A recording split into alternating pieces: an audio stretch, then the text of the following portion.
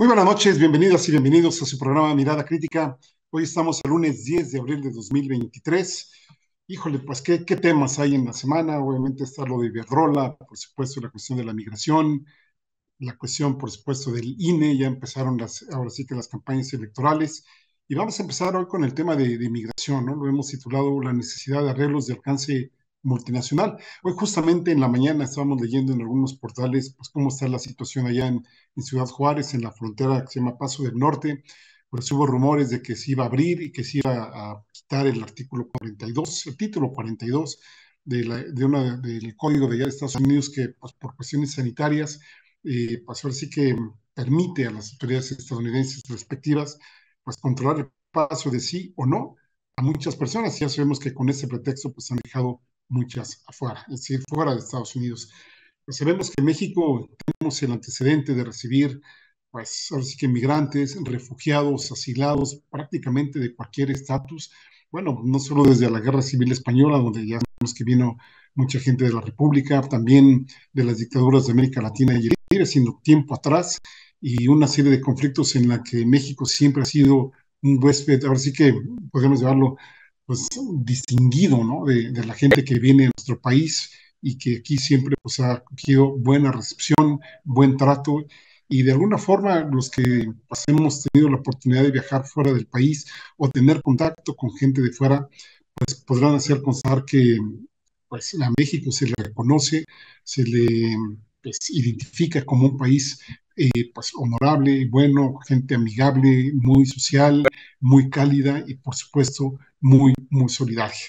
Y a su vez en México pues sabemos que somos un país exportador de personas, así como pues, siempre decimos que el 80% de nuestras mercancías o importaciones van hacia Estados Unidos o desde Estados Unidos hacia México, pues también muchos migrantes van para allá.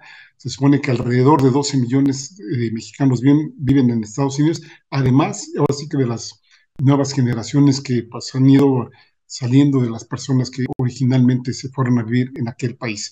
De hecho, también hay que recordar que pues, una de las grandes aportaciones económicas o de los grandes recursos con los que cuenta el país, pues son los 58,000 dólares, millones de dólares anuales, por lo menos los que se recibieron el año pasado y que cada vez ha ido aumentando más y más, a pesar de todas las vicisitudes que tienen los migrantes de México, no dejan de enviar las remesas a nuestro país.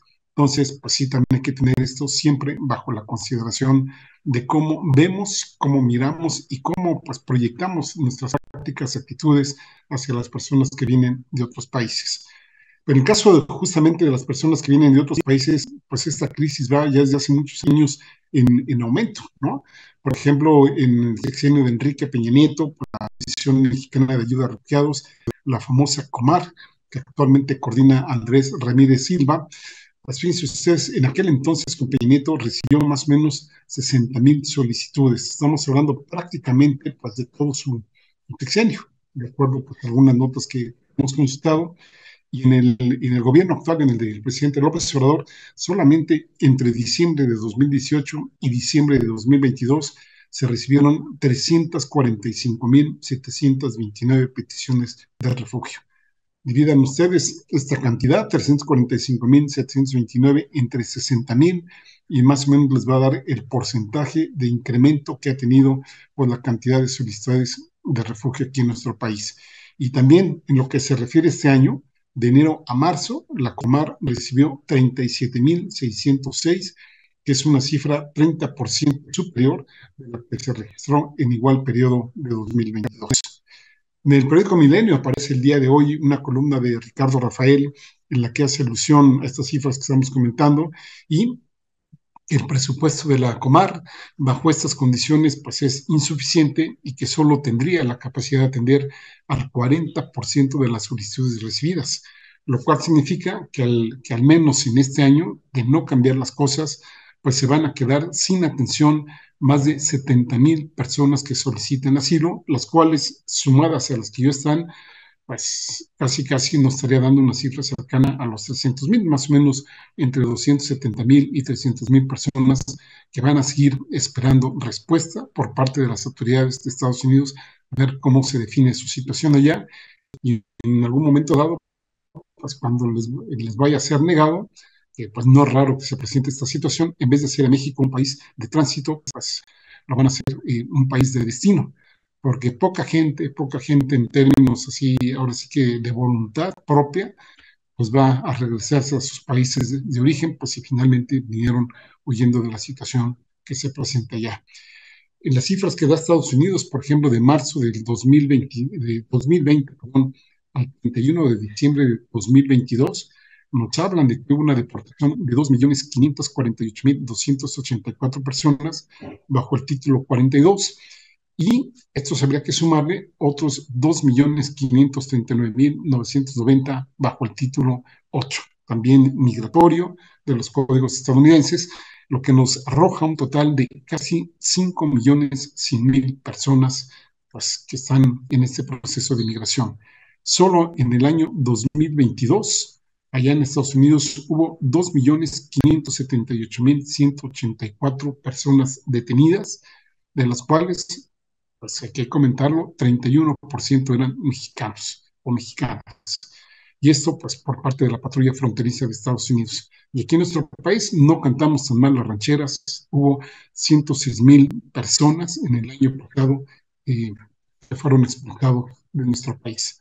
Hay que decir también que Estados Unidos endureció las condiciones de entrada a ese país.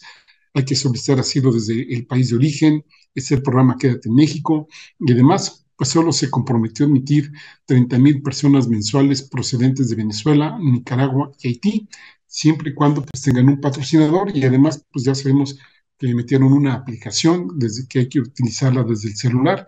Y hoy justamente una de las quejas en el puente fronterizo fue que las personas se quejaban de que ya tenían pues, algunos hasta un mes, 2 meses tratando de entrar a la aplicación, y esta se quedaba congelada, lo cual no es raro. Sabemos que en muchas aplicaciones que funcionan así, pues es un viacrucis cuando uno intenta hacer un trámite determinado.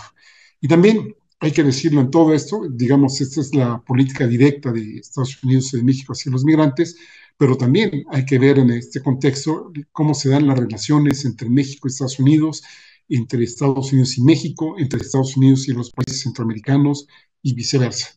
En el caso de Estados Unidos y México, ya sabemos el chantaje de los aranceles que le pusieron al presidente López Obrador, que hay que recordar, ¿no? Él, pues parece ser que por lo menos ahora sí que de oratoria, por lo menos de pues, compromisos que había establecido durante su campaña antes de asumir la presidencia, pues hablaba de política de puertas abiertas hacia los migrantes. Como no recordar aquellos pues, dichos del presidente en octubre de 2018, cuando anunció que a partir del 1 de diciembre México iba a ofrecer empleo, trabajo a migrantes centroamericanos. Y también comentó en aquel entonces que no es atender el asunto solo con deportaciones o con medidas de fuerza, sino dando opciones y alternativas. Esta declaración hizo que miles de personas, o fue uno de los factores que contribuyeron a que miles de personas se unieran a las caravanas de migrantes, y la cantidad de migrantes que ahora sí que intentaron ir a Estados Unidos en estas caravanas, también fue uno de los factores para que Estados Unidos endureciera las medidas en contra de la migración. Y bueno, pues así hemos tenido ejemplos. Ahí está San Fernando, cómo olvidarlo. Está el accidente de aquí de Chiapas, ¿no? Si podríamos llamarlo accidente, donde murieron más de 53 personas en un camión ahí donde los llevaban pues totalmente hacinados. Y ahora recientemente pues acabamos de tener el caso de los migrantes de San Luis Potosí. Hasta la mañana de hoy, lunes 10 de abril, sumaban al menos 131 personas rescatadas. Estamos hablando de personas no solo de fuera del país, a mí casi no me gusta decir extranjeros, sino pues de fuera del país y que nacidos aquí, y de estos que vienen de fuera del país en su mayoría de Venezuela. Venían tanto núcleos familiares, es decir, las familias compuestas por los papás, las mamás y los hijos, como también adultos viajando solos. Y esto, pues estaban ahí en una carretera que es muy, muy circulada ahí en el municipio de Matehuala. Y pues esto se da a raíz de que la semana pasada hubo una denuncia de una agencia de transportes turísticos, y pues ahí empezaron a buscar en ese entonces al inicio a 35 personas.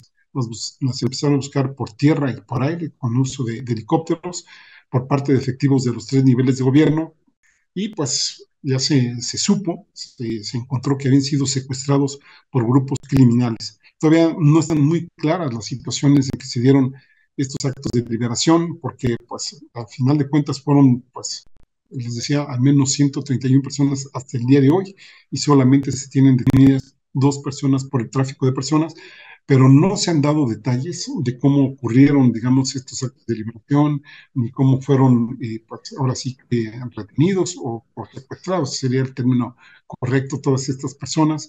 Entonces, pues estamos esperando que se den más informaciones, pues por parte de la propia Fiscalía General de la República y también por parte de la Secretaría de Protección Ciudadana a cargo de Rosa Isela Rodríguez, porque a final de cuentas, a nivel estatal se vieron ampliamente rebasados, y qué decir del Instituto Nacional de Migración, que pues dio muy poca información, no se ha visto a su titular, al señor Garduño, si mal no recuerdo, y que pues lo único que han comentado es que se iba a dar inicio al proceso formal de repatriación a los países de origen.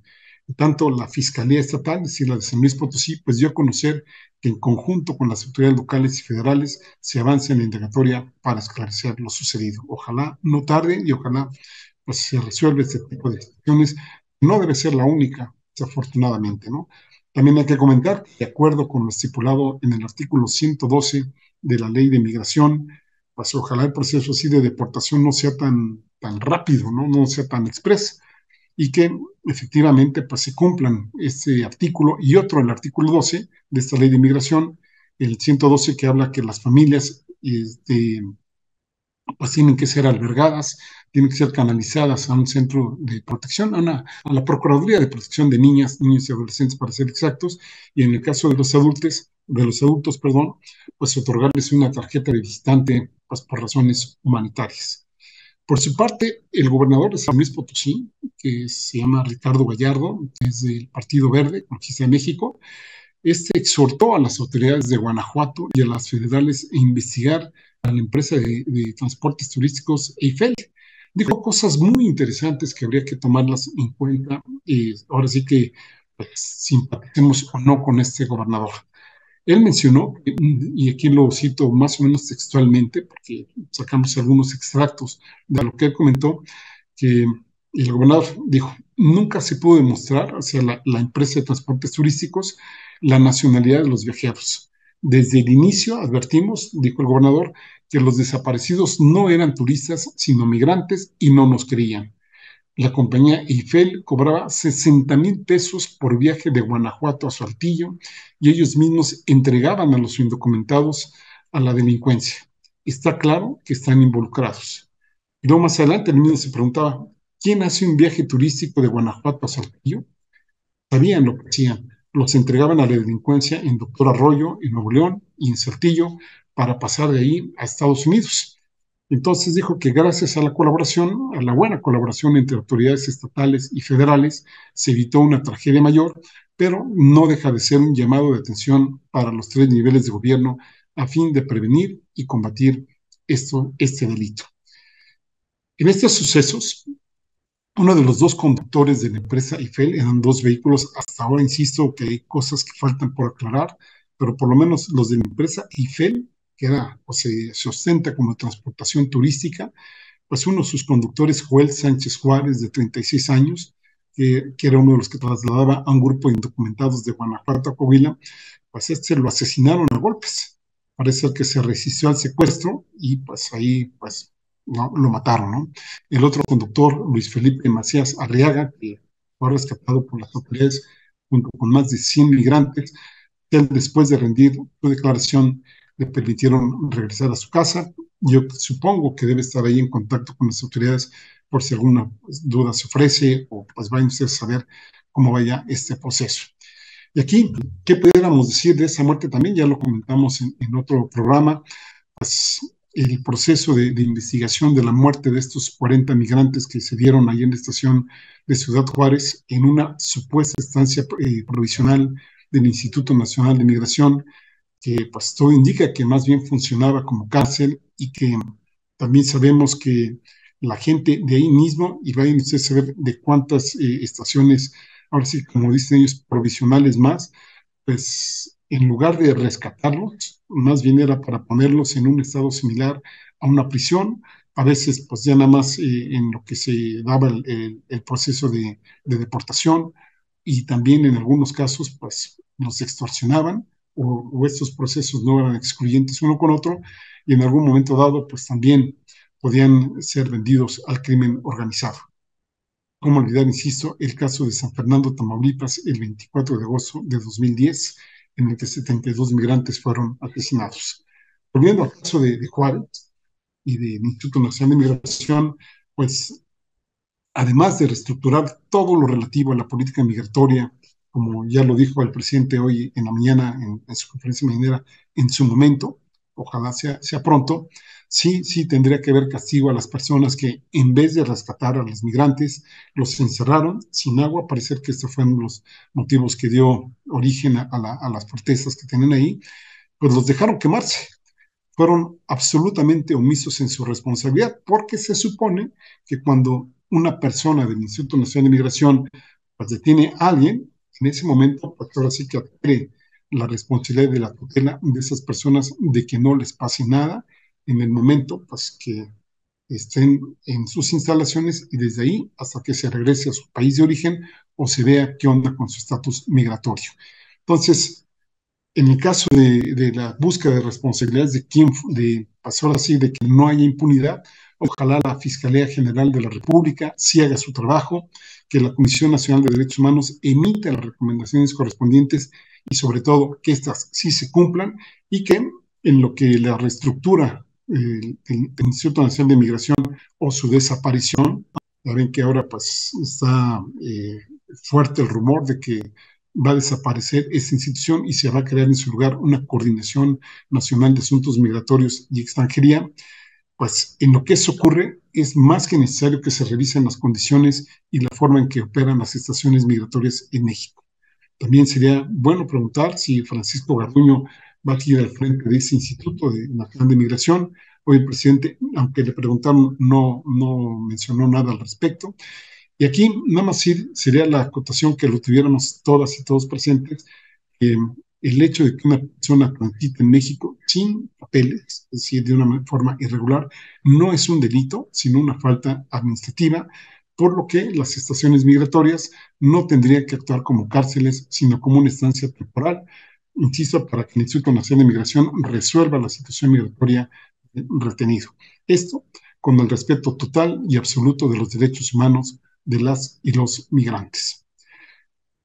Traigo a colación también una nota publicada por la Jornada en días pasados, en donde detalla que en una de sus más recientes auditorías al Instituto Nacional de Migración correspondientes a los 2021, la Secretaría de la Función Pública encontró que hasta diciembre de 2021 el organismo, es decir, la Secretaría de Función Pública, no podía evaluar los indicadores de desempeño de las estaciones migratorias, ni contaba con manuales de políticas, procedimientos y actividades actualizadas, fíjense ustedes bien, desde 2012, como si el proceso de migración desde 2012 se hubiera estancado, cosa que para nada.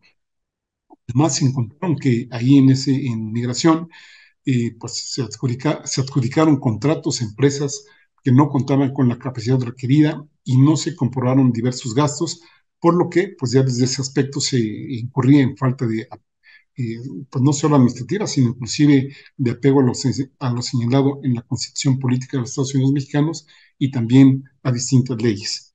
Por ejemplo, la jornada cita la auditoría 11/2021, en la que la función pública encontró diversas fórmulas empleadas por el Instituto Nacional de Migración para supervisar las labores de las estaciones migratorias son incorrectas, pues no concuerdan con la descripción de los indicadores que pretenden verificar. Por ejemplo, el indicador expediente de alojados, pues el Instituto Nacional de Migración hacía una revisión aleatoria de las estaciones migratorias y estancias provisionales, lo cual, de acuerdo a la función pública, no funciona, pues no mide los expedientes revisados ni su correcta integración, sino que mide que el número de expedientes integrados concuerde con el de los extranjeros alocados. Ahora sí que nos preguntamos dónde habremos oído esto, donde en años pasados, esperemos que en este sexenio no sea así, únicamente se concordaba en algunos centros de salud que hubiera el mismo número de consultas, ahora sí que otorgadas y con las reportadas, para que cuadraran los informes mensuales y de ahí pues los anuales, ¿no? Entonces, bueno, volviendo al tema de migración, pues la Secretaría de la Función Pública pidió que se mide, que se tomen medidas para que la Dirección de Estaciones Migratorias verifique que existe una congruencia, que exista más bien una congruencia entre las fórmulas y las descripciones de los indicadores a fin de poder evaluarlos correctamente.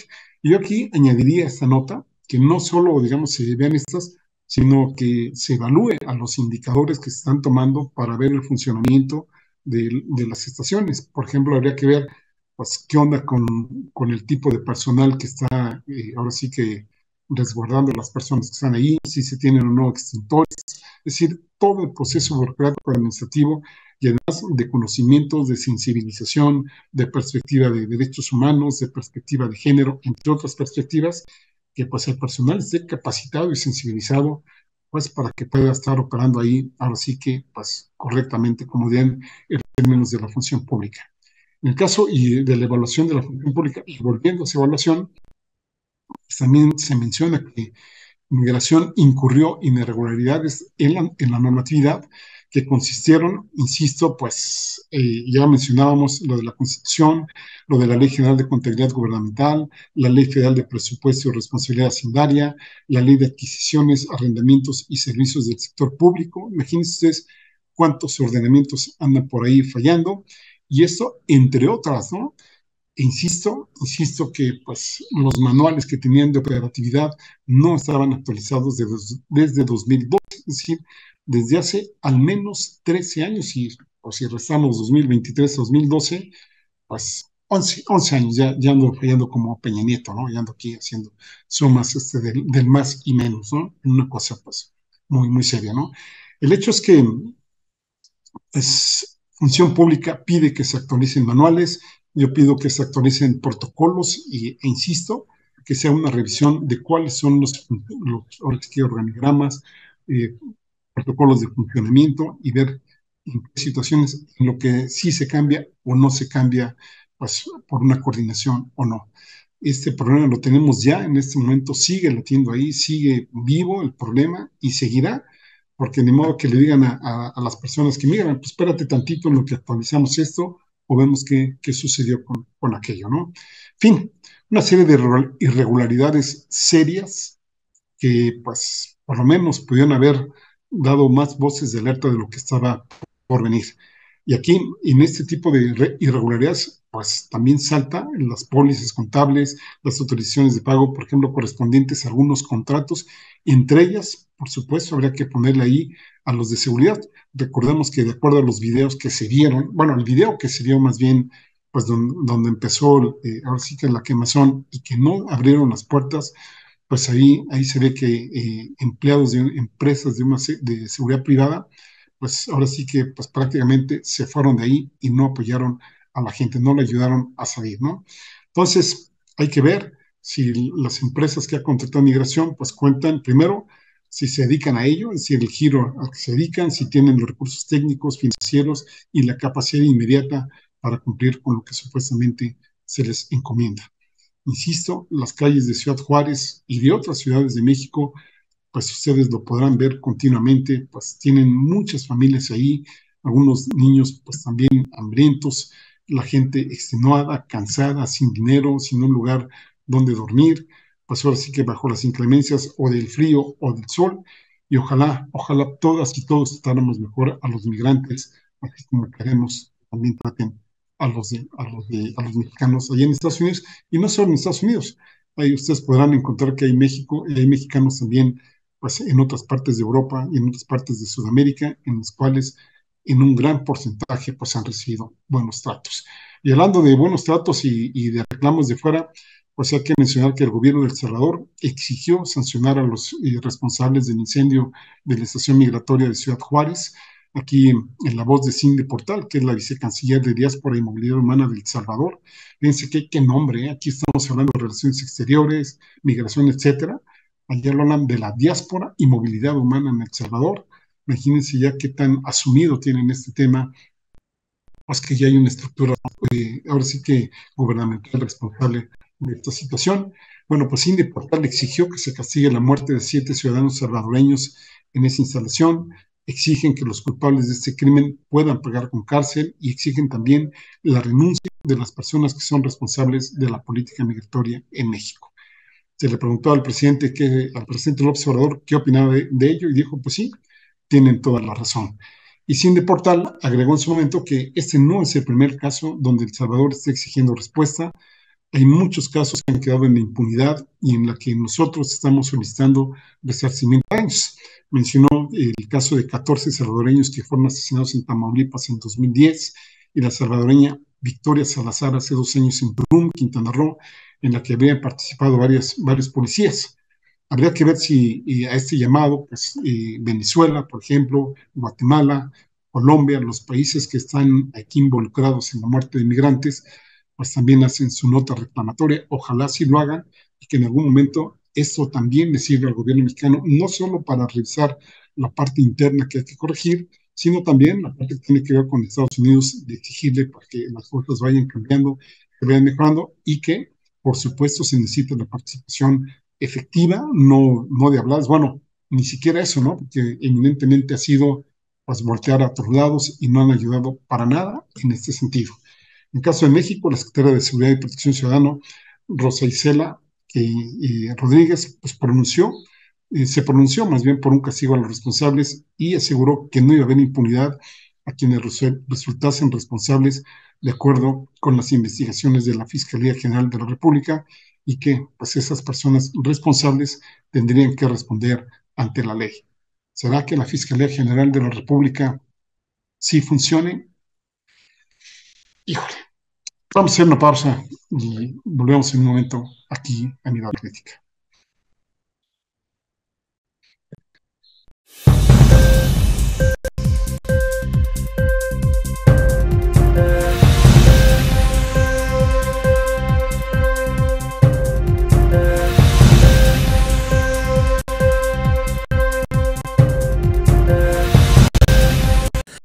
Cargo que tienes tú, o sea, ¿sí tienes información de cuál es el argumento legal del desistimiento? No tienes. Lo tengo.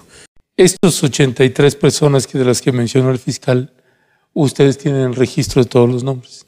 Ya los tenemos, no los teníamos ese día, ya los tenemos. Si la Subsecretaría de Derechos Humanos hubiera tenido la información que presentó el fiscal Alejandro Gertz Manero el día que ustedes presentaron el informe, ese listado de 83 hubiera estado incorporado dentro del informe, se hubiera podido incorporar. Hubiéramos podido considerar muchísimos de los nombres, sin lugar a dudas. No sé si la totalidad, pero sí un número muy significativo. ¿Y por qué no se los entregó? Bueno, yo creo que de esos 83 hay muchas coincidencias ya. Todos los policías de Huitzuco, todas las autoridades locales que se habían señalado, hay una gran coincidencia ya. ¿Lamentan la salida de Omar Gómez? Sí, con Omar trabajamos muy bien, hay que decirlo, siempre tuve una muy buena relación con él. Lo planteé en la mañanera con respecto de una embestida que nosotros documentamos, un acoso del ejército mexicano. Ya leí que tú dijiste, no está haciendo nada y todo está bien. Entiendo también. Sí, entiendo el amor y paz. Pero hace 2 días el presidente volvió a decir, cuando estabas tú, se voltea y señala, este hombre tiene todo nuestro respaldo, vuelve a darte todo el respaldo, y al siguiente día están declarando los abogados de los militares que están además pagados por la Secretaría de la Defensa Nacional, diciendo vamos contra el subsecretario Alejandro Encinas. La verdad es que yo lo veo eso como una acción de amedrentamiento que no me preocupa, lo digo abiertamente, que me acusen abogados que defienden delincuentes.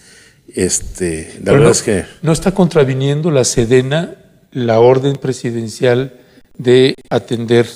Ellos tendrían que responder a esa situación.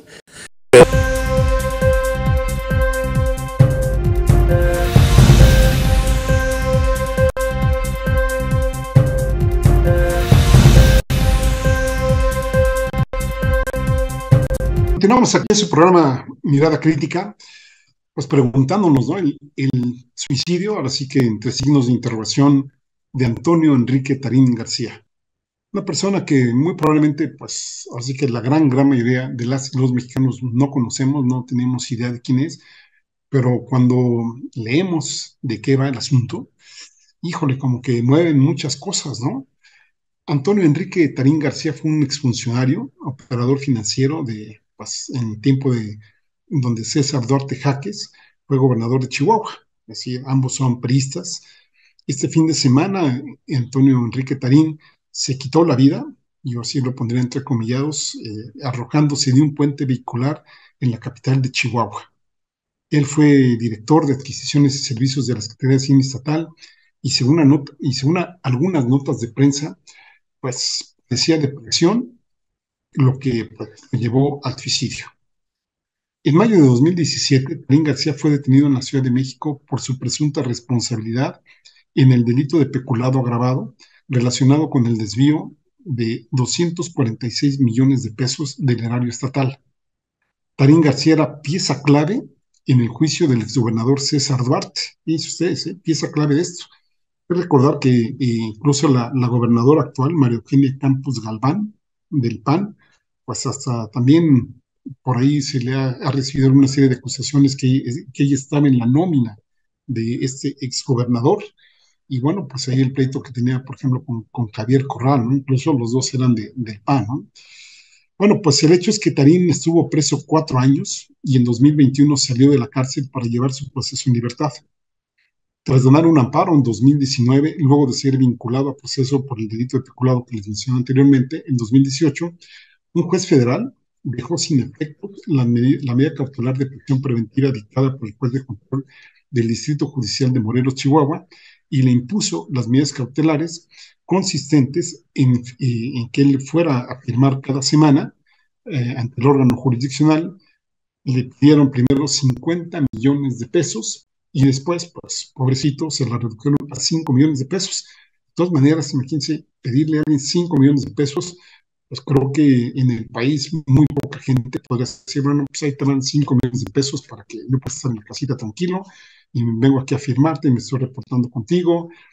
Por supuesto, le prohibieron salir del país sin autorización judicial y también la prohibición de acercarse a testigos y también le colocaron un brazalete electrónico. Fíjense ustedes estos datos, vamos a remontarnos al 29 de marzo de 2017, ¿no? 28-29 de marzo de 2017, donde Antonio Tarín se atrincheró literalmente en la Cámara de Diputados cuando enfrentaba acusaciones por peculado e intentó rendir protesta como diputado federal para obtener el fuero.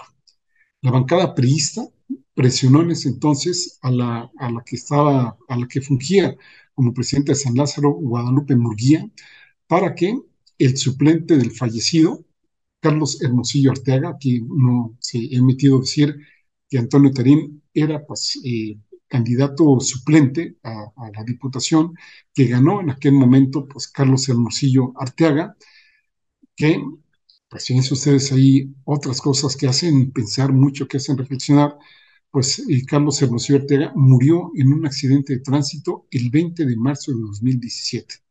Es decir, estamos hablando que 28-29 de marzo de 2017, pues Antonio Tarín se atrinchera en la Cámara de Diputados y pues 7 días antes había muerto el que era el titular ahora sí que de la curul de la Cámara de Diputados, Carlos Hermosillo Arteaga. Por eso, insisto, hay cosas que se prestan ahí pues muy raras, ¿no? Y pues cuando se atrinchera ahí, Antonio también dice, bueno, pues ya se murió Carlos Hermosillo, pues ahora a mí me toca ser ya pues, el diputado, y entonces la bancada prista pues presiona para que sea el primer punto de la sesión y que con ese acto pues evitar, digamos, ahora sí que la detención de Antonio Tarín. Incluso en la noche, Antonio Tarín pasó la noche en la oficina que le correspondía a Carlos Hermosillo. Imagínense ustedes qué trama, de veras, de película, pues no sé si llamarla de terror, de intriga o de las dos cosas, ¿no? En aquel entonces el PAN se negó a que se concretara la toma de posesión y eso, sumado a la llegada de una notificación del fiscal general de Chihuahua, César Augusto Peniche, sobre una orden de aprehensión en contra de Tarín, pues hicieron imposible el trámite y no lo llegaron a concretar. Ahí Tarín obtuvo un amparo e intentó dejar la Cámara de Diputados a bordo de una camioneta, pero agentes ministeriales de la Ciudad de México y de Chihuahua le cerraron el paso, Los efectivos le mostraron una orden de aprehensión en su contra y la abogada de Tarín pues enseñó el amparo. Los ministeriales recibieron el documento e hicieron consultas para verificar su autenticidad. Y tras 25 minutos de que a ver si es cierto, que si no es cierto, que si llamo aquí a ver si es efectivo o no es efectivo, si es apócrifo o no, bueno, pues permitieron en aquel entonces que el exdirector de adquisiciones, es decir, Tarín, pues se fuera y pues ahí ya no pasó nada, se fue a una casa que estaba en la Ciudad de México, no sé si rentada o propia, y en algún momento pues él dijo, pues estoy en todo mi derecho de tomar protesta. Bueno, pues después de eso pasamos de marzo a mayo de 2017, día 7 de mayo, Tarín es detenido por peculado agravado en la Ciudad de México, en la colonia San José Insurgentes, por ministeriales de Chihuahua con el apoyo de la Procuraduría Capitalina. Tarín fue señalado como un operador clave en el pago de moches del exgobernador Duarte a través de contratos con proveedores, algunos de los cuales pues tenían sobreprecio, yo no, quizá la gran mayoría tenían sobreprecio. Entre otras cosas, ahí estaba la Operación Zafiro, por ejemplo. En julio de 2019, 2 años después, Tarín García es condenado a 6 años de prisión a través de por el desvío mencionaba yo hace rato, 2.420.000 pesos, y que pues la afectada fue la Secretaría de Hacienda, la Secretaría General de Gobierno y esto pues hicieron con la empresa Bildung, consultoría organizacional, y en los años más o menos en el año de 2016, en los meses de julio y septiembre, y les decía, después salió de prisión en 2021, esto pues tras obtener un amparo para llevar su proceso en un resguardo domiciliario. Y pues recientemente se suicidó. Antonio Tarín nació en Parral, Chihuahua, el 11 de marzo del 76, decía, fue diputado federal suplente por el Distrito 9 de Chihuahua, que no llegó a tomar posesión. Esto fue para el periodo 2015-2018. Fue licenciado en Relaciones Internacionales por el Instituto Tecnológico de Estudios Superiores de Monterrey y tenía una maestría en gestión gubernamental. Parece que era muy bueno para los números. César Duarte lo llamó enseguida a su gobierno, lo nombró director de Administración y Finanzas, primero del Instituto de Chihuahua de Salud, y en octubre lo nombró presidente del Comité de Adquisiciones y Servicios de la Secretaría de Hacienda del Estado de Chihuahua. En 2015 solicitó licencia al último cargo al ser postulado como candidato del PRI, el diputado federal, como suplente, pero después pues regresó a su cargo. Y aquí la pregunta que nos hacemos: ¿cuántas operaciones secretas que se hicieron tras bambalinas se fueron con la muerte o con el suicidio de Antonio Tarín? ¿Usted qué opina? Vamos a hacer una pausa y regresamos enseguida a leer, bueno, no a leer, este programa lo estamos haciendo grabado en la mañana y en la tarde, gracias a los colegas Jerónimo y después Luis y a Leo, que nos están haciendo el favor, pues, parece que por compromisos de trabajo no pudimos hacerlo en vivo como siempre las noches, pero por supuesto vamos a leer todos los comentarios que nos dejen, nos pueden dejar aquí en el chat de YouTube o en los comentarios de la página de Rompeviento. Ahora volvemos en un momentito para los cartones.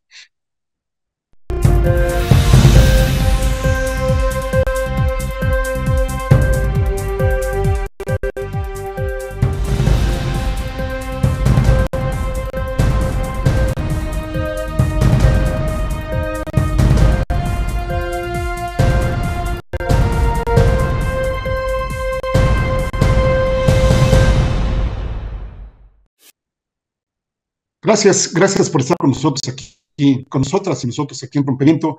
Bueno, pues este primer cartón de hoy es de Darío y se llama Días de Guardar. Acaba de pasar la Semana Santa, yo siempre me hago bolas, ahora dicen que estamos en el Pascua, perdón mi ignorancia al respecto, pero me llamó la atención este cartón porque finalmente pues, se supone que son días de reflexión. ¿Y cuántas personas, digamos, que pues, se digan católicas? Bueno, parece que hubo una conjunción de distintas religiones que no se ve todos los años. Y bueno, pues a ver cuántos efectivamente entraron en este proceso que aconseja su respectiva iglesia de cada quien, o bien pues se dedicaron allá a la pachanga, a las playitas, a las albercas, o a lo que sea. Buen cartón de Darío que se llama Días de Guardar. Este mismo tema, Elio Flores nos habla un poco en broma, pues ahora sí que pinta el presidente López Obrador diciendo: uno de vosotros me va a traicionar o va a traicionarme, como quieran leerlo. y vean a quiénes pone, ¿no? Pone, por supuesto, pues a Garduño de Migración, al de Segalmex, ¿no? Que también, pues hay tela de dónde cortar ahí, al mismo fiscal de la República, pues a San Juana Martínez de Notimex y a Ricardo Anaya. No, Ricardo Anaya, perdón, Ricardo Monreal, de aquí ando desvariando, Ricardo Monreal de la 4T, porque pues ya sabemos que pues por ahí andan algunas cositas que deben pues, de cambiarse o deben de corregirse. Y aquí me parece que lo refleja muy bien.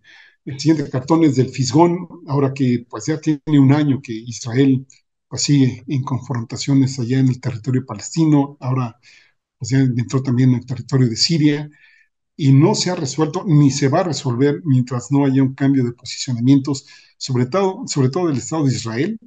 Y aquí, ojo, no estoy hablando de religiones, mucho menos hablo del Estado del gobierno como tal de Israel, que pues sigue agrediendo a los palestinos y que pues la comunidad internacional pues hace nada al respecto, dado el poderío económico que tiene Israel y además, pues nada más y nada menos, pues cuenta con el apoyo de Estados Unidos, con lo cual, pues los llamados que hace el Consejo de Seguridad de la ONU y del resto de países que conforman esta organización internacional, pues son literalmente llamados a misa. El siguiente cartón es de Magú, también sobre este tema, y pues, ahora sí que lo ubica aquí en México, y pone ahí, pues ahora sí que la Fiscalía General de la República en el Calvario. Y aquí, pues, dibuja Magú diciendo, aquí no hay Suprema Corte que conceda amparos, ni ministra Piña que libere delincuentes. Híjole, pues sí que tendríamos que tener a la Fiscalía General de la República en el Calvario, pues para pedirle cuentas y sobre todo que sea resolutivo, ¿no?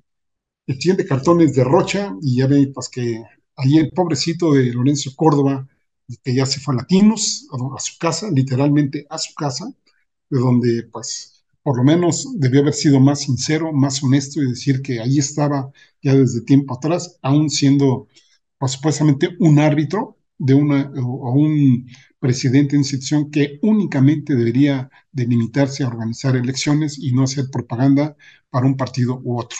Bueno, pues este tiene su cuesta, ya ven ahí, Rocha dibuja, pues no con una cruz, como la que estamos acostumbrados a ver, sino con el signo de dinero.